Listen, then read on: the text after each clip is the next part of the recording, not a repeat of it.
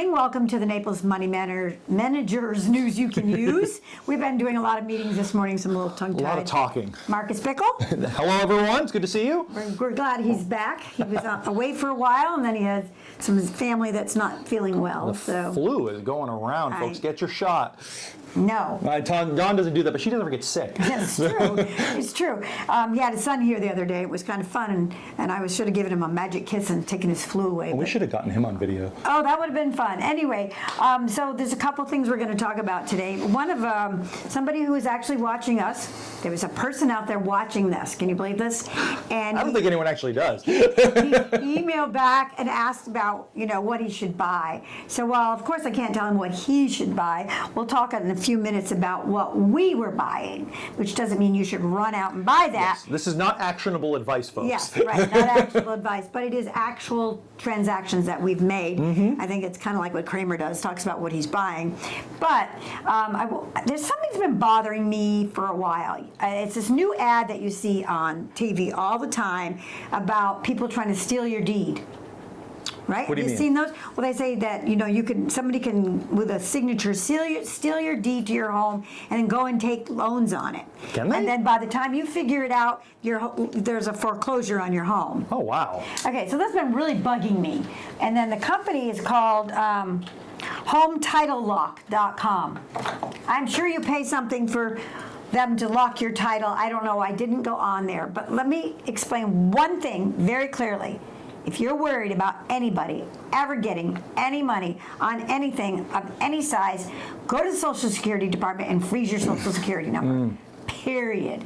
We've seen that done many times with our clients, folks. It's a thing. They can't go get a loan on your mortgage if your Social Security number, they have to get that checked when they try to get a loan in your name. Pretend they're you. So I'm bothered by that because I feel like it's just one more thing to take your money. Yeah. To protect yourself. Even LifeLock and what was the other one we used to use? I can't remember the name of the one we gave to our clients. Yeah, it was right at the tip of my tongue. But anyway, those are great protection things, but They're not. No, I don't mean to argue with you. I was going to say they're not great. Yeah. They don't.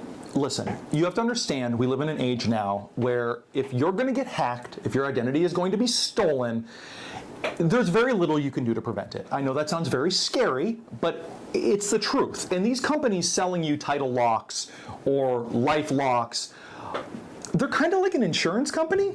Right. And how often do they pay you? So most of the credit card companies these days do call you if they detect fraudulent activity. Absolutely. So again, and we have this nifty calendar right here, and we have all of the things that you should or shouldn't do if you suspect fraud.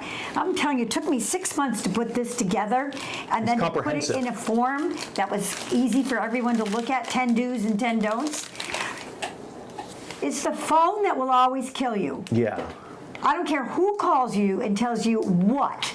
You say, you either don't answer, or if you do answer, you say, thank you, I'll take care of it. You go back to your credit card, look at the phone number on the back, and only call that number. Or if it's something else, like, I don't know, I'm thinking of like a Comcast bill. Yeah. Don't listen to them. Don't listen to the email. Go to your Comcast bill. If you can find a phone number, find the phone number and call them and ask. But this was really bothering me about. Let me just decide real quick. Yeah, no, and she's exactly right, folks. And one of the things that I wanted to kind of piggyback on that is you have to use common sense. And I know that's easy to say, but here's the thing. How often does anyone actually call anyone anymore? How often does a company call you, a real company that you're paying money to, call you? In my experience, never. You have to chase them. So the IRS, the DMV, all of them, they're not going to call you. If you're in violation, they would send the police. Yeah, but even then, like how many people are arrested for tax evasion, like that you can think of in your mind? Like for me, it comes to Al Capone. Well, first it would come in the form of letters. Yeah. And then finally, it would go to that degree. So if you get texts, if you get phone calls, if you get emails, these things, they're all fake. You can literally just apply that carte blanche. Right. And if I'm wrong and that email or that text from the IRS was real, they will have another way of getting a hold of you Right. that is official, that will not involve you getting in trouble. So to kind of to Don's point, we get hundreds over the course of a week. Like, you're late on paying your parking ticket, you have outstanding things with the DMV, you need to pay your taxes.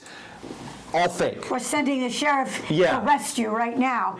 SunPass, there's Mm-hmm. another one. There's so many, and I know we're getting a little excited Yeah, a little bit off about the- it. sorry. But it's our job to make you money, but it's really awful when these people just steal your money and it's legal. And that's the other thing you have to remember. Yeah. Once you give them any information, it is no longer a crime. You have no recourse. You have given None. consent. You So have I given put together consent. these 10 do's and 10 don'ts, and I don't know if you can see them, but hopefully you can.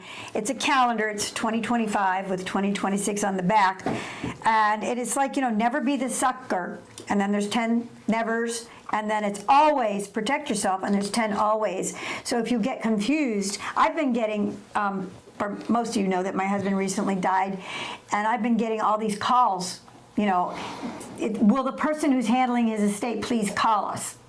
They don't say what it's about. Right. They don't say who they are, and I don't call them back. It's called phishing, folks. But it's disturbing, and most of these real big crimes do occur on the phone. But I just wanted to say, if you're really worried about your credit, you're worried about somebody stealing your information, freeze your Social Security number. The only way it can get unfrozen is for you to physically go back into the local Social Security office, prove who you are, and unfreeze it. And I will tell you that will protect you from all these things, and you don't have to pay a fee. I'm sure they're going to call us now, this company. and Oh, I'm say, sure. "What are you doing?" But Get picked up by the algorithm somehow. yeah, I'll get picked up by something, but it's just getting ridiculous, and I can't tell you the number of calls I've got about the estate. It's terrible.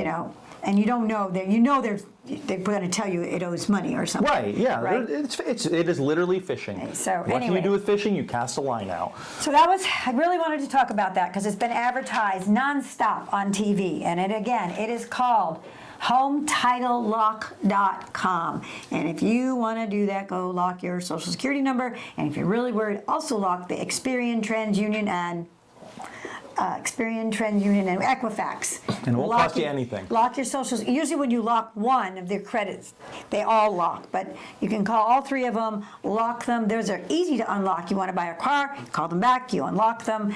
Something like Oh, that. it is that simple, huh? Yeah. That's cool. It's not that simple with the Social Security number, though. Yeah, because you have to physically go in person. Right. So, anyway, enough of that. Let's talk a little bit about the markets.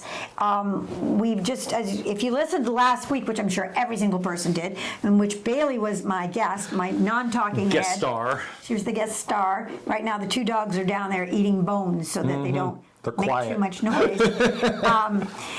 But we talked about this controlled dive, and the newsletter that's gone out for all our clients talks about a controlled dive, and we've really seen the control over the last 3 weeks of how you say one thing, it goes down 1,000 points. They say another thing, it's up 1,000 points. Yeah.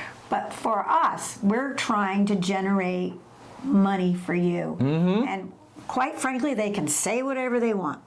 We have a system that works. And so what I want you to do is talk about those 2 transactions we just did on Tuesday Absolutely. and how they work. Our goal being to generate at least 10% a year from either growth, dividend, and option premium, all 3, 1, all 2.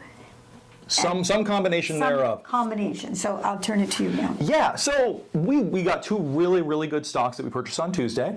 The first one is Celestica, and that is a really interesting tech company. They do boards, semiconductors, reasonably priced at $85 a share, good fundamentals. So we bought that and immediately wrote a call on it. So what do we buy it for? We bought it for $85. Okay. Yeah, right at the money. We wrote a call for January 2026 for $90. So if between now and January it goes to 90, they have the right to take it away from me. How much did they give you for that? $18 a share, which is completely bonkers. It's 22%. Yeah, it's a 22% return if nothing happens, folks. So if the stock stays at 85, we made 22%. If it goes to 87, we make a little bit more. It goes down a little bit, we make a little bit less, but we are profitable all the way down to $67 a share. So I always joke, and John's going to say, we have options, folks. Choices. But we really do. There's three major scenarios that could happen in this trade. Stock goes down. Like I said, we're profitable all the way to 67 because of that big $18 we got. Stock does nothing. We make 22%. Stock goes way up, and this is the interesting one that I like. Say the market stages a huge recovery, we go way up like we did in 2020, market has a 20% return. Well, this gives me another opportunity. I can buy back that call. Well, first let's talk about what happens if they take the stock away. Absolutely. So if they take it away at 90, we make 31%, $5 of appreciation, $18 of option premium. It's an incredible trade in and of itself. So if we let them take it. If we let them take it. But say I don't want to let them take it. Say the market has turned, like I said, we have a big gain, and we're now starting to look at taxes, because for a lot of our clients that's a real concern, because this is a very theoretically tax-heavy strategy. So market goes way up, I can now buy that back, bank the taxable loss, not a real loss, a taxable loss in your account for 2025, which will help against all those short-term gains we're now making because the market's gone up, and write another option for 2026, gain some more premium that is not taxable in 2025. Yeah. So it gets, I mean, I'm going to just No, go ahead. The permeations or the derivatives that are applicable, what is derived from that one position, that's a derivative, something's derived from something else, is almost, what's the word I'm looking for, innumerable. Yeah. There's so many of them. So that gives us this great flexibility, so many choices. And before he goes to the next transaction, I just want to tell you that these big swings in the market are kind of fun. Yeah. Okay, I know you hate them. We don't like to see them on the reports, but they make these gamblers give us as much money as $18 or 22% because they are so sure the market's going up. Yeah. And we love them every day for that. We'll take their money, we'll keep it, and 80% of the time, they lose all their money. These are truly the gamblers. 80% of the time, they lose all their money. 20% of the time, they make some big money. But the key is 100% of the time, we keep that $18. So, next transaction. Yeah, so the next transaction is not quite as good, but still a really solid one. It was GE Aerospace, one of the GE spin-offs that they've had. And we bought it for $185 a share. We immediately wrote a January 195, and they gave us $13 a share for it. So not as good as the Celestica, but GE is a household name, so you get a little bit more of that name recognition there than we had with Celestica, a little bit more of that blue chip, and we're still getting an enormous amount of premium per share, $13. So if we get the 13 plus the 10, if the market goes way up, if the market goes way up and then call it away from us, it's north of 20% return, I believe. So there's some real opportunities out there, folks. Like Don said, it is very scary at times, but it's giving us the ability to really make the strategy work. Yeah, I can't say enough good things about it. And there's a whole nother segment on time value, which we can do another time. We should. Which is really kind of important. And the bottom line there is the more time the gambler has to get something to go where he wants it to go, the more value he doesn't lose.